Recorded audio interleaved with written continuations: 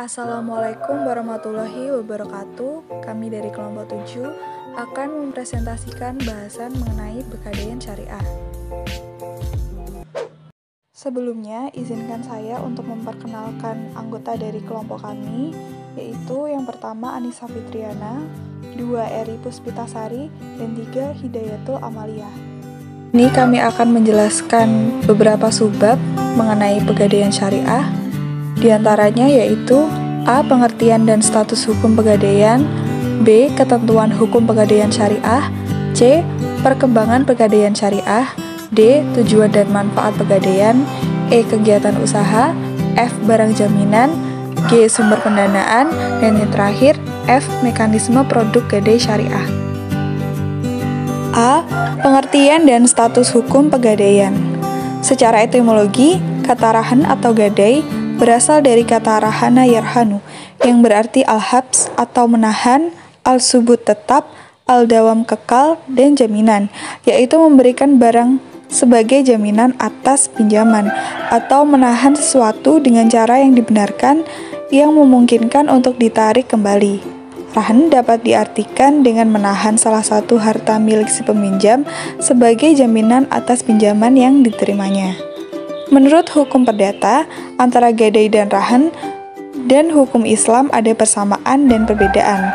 Persamaannya antara lain: 1. Hak gadai berlaku atas pinjaman uang. 2. Adanya agunan sebagai jaminan utang. 3. Tidak boleh mengambil manfaat dan barang yang digadaikan. 4. Biaya barang yang digadaikan ditanggung oleh pemberi gadai. Dan 5. Apabila batas waktu pinjaman uang telah habis, barang yang digadaikan boleh dijual atau dilelang. Sedangkan perbedaan gadai dengan rahan antara lain: yang pertama, rahan dalam hukum Islam dilakukan secara sukarela atas dasar tolong-menolong tanpa mencari keuntungan. Sedangkan gadai menurut hukum perdata, di samping berprinsip tolong-menolong, juga menarik keuntungan melalui bunga atau sewa modal yang ditetapkan. 2. Dalam hukum perdata, hak gadai hanya berlaku pada benda yang bergerak, sedangkan dalam hukum Islam, rahan berlaku juga pada seluruh harta, baik yang bergerak maupun yang tidak bergerak. Dan yang terakhir, dalam rahan, menurut hukum Islam tidak ada istilah bunga uang. B. Ketentuan hukum pegadaian syariah. Fatwa Dewan Syariah Nasional Nomor 25/DSN MUI/3/2002 tanggal 26 Juni 2002 yang menyatakan bahwa pinjaman dengan menggadaikan barang sebagai jaminan utang dalam bentuk rahan diperbolehkan dengan ketentuan sebagai berikut. Jika salah satu tidak dapat menunaikan kewajibannya atau jika terjadi perselisihan di antara kedua belah pihak, maka penyelesaiannya dilakukan melalui badan arbitrase syariah setelah tidak tercapai kesepakatan melalui musyawarah. Fatwa MUI berlaku sejak tanggal ditetapkan dengan ketentuan jika di kemudian hari terdapat kekeliruan akan diubah dan disempurnakan sebagaimana mestinya. C. Perkembangan pegadaian syariah. Secara teoritis, praktek gadai rahan yang terdapat pada pegadaian syariah dewasa ini adalah inovasi baru terhadap tema rahan yang terdapat dalam wacana fikih klasik. Ketentuan dan wacana-wacana yang terdapat dalam fikih klasik tersebut yang kemudian disesuaikan dengan perkembangan perekonomian modern dengan melakukan kreasi baru dan mensinergikan dengan kebutuhan masyarakat modern. Saat ini, implementasi operasi pegadaian syariah hampir mirip dengan pegadaian konvensional, di mana pegadaian dikelola oleh sebuah lembaga keuangan syariah, bukan lagi antara dua orang personal saja. D. Tujuan dan manfaat pegadaian. Tujuan pegadaian syariah yaitu 1. Turut melaksanakan dan menunjang pelaksanaan kebijaksanaan dan program pemerintah di bidang ekonomi dan pembangunan nasional pada umumnya melalui penyaluran uang, pembiayaan atau pinjaman atas dasar hukum gadai. 2. pencegahan praktik ijon, pegadaian gelap, dan pinjaman tidak wajar lainnya. 3. Membantu orang-orang membutuhkan pinjaman dengan syarat yang mudah. 4. Pemanfaatan gadai bebas bunga pada gadai syariah memiliki efek jaring pengaman sosial karena masyarakat yang butuh dana mendesak tidak lagi dijerat pinjamannya berbasis bunga.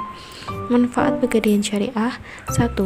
Tersedianya dana dengan prosedur yang relatif lebih sederhana dan dalam waktu yang lebih cepat dibandingkan dengan pembiayaan atau kredit perbankan. 2. Penaksiran nilai barang bergerak secara profesional. 3. Mendapatkan fasilitas penitipan barang bergerak yang aman dan dapat dipercaya. 4. Penghasilan yang bersumber dari sewa modal yang dibayarkan oleh peminjam dana. Kegiatan usaha. Usaha pokok pegadaian adalah usaha peminjaman uang dengan sistem gadai. Akan tetapi, pegadaian juga memiliki usaha-usaha yang lain, yaitu 1. Melayani jasa taksiran. 2. Melayani jasa titipan barang. 3. Memberikan kredit. 4. Ikut serta dalam usaha tertentu, bekerja sama dengan pihak ketiga. Selanjutnya barang jaminan. Jaminan pada dasarnya merupakan suatu tanggungan yang memiliki nilai yang berupa benda yang diserahkan kepada peminjam kepada pemberi pinjaman sebagai akibat dari adanya aktivitas hutang piutang.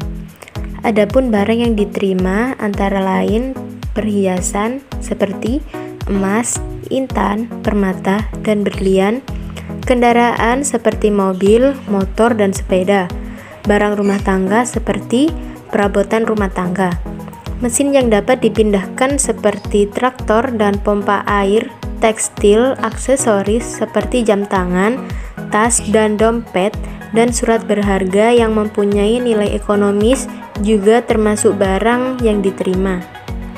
Selanjutnya, sumber pendanaan. Sebagaimana lembaga keuangan yang lainnya, pegadaian syariah juga mempunyai tujuan untuk mendapatkan keuntungan.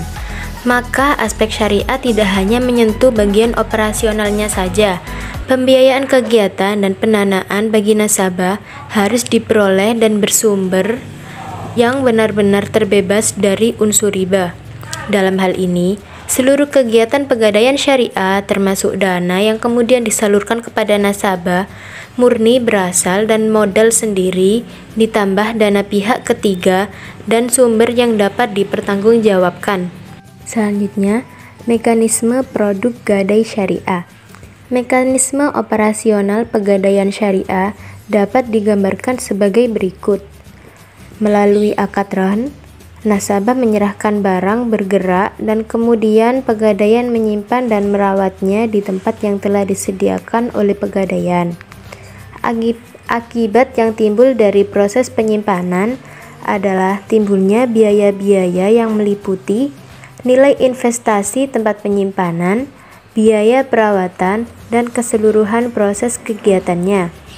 Atas dasar ini dibenarkan bagi pegadaian mengenakan biaya sewa kepada nasabah sesuai jumlah yang disepakati oleh kedua pihak.